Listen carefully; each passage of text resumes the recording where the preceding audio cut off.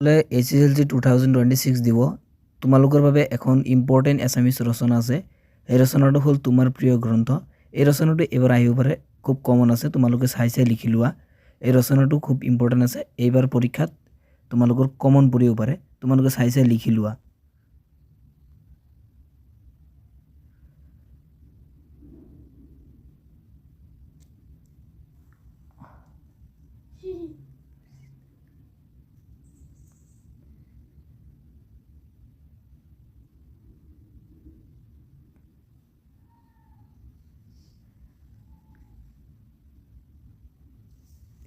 ইয়াৰ বাহিৰে যে বেলেগ ৰচনা নাহে সেইটো নহয়, কিন্তু এইটো আহিব পাৰে, মোক মানে খুব ধাৰণা আছে।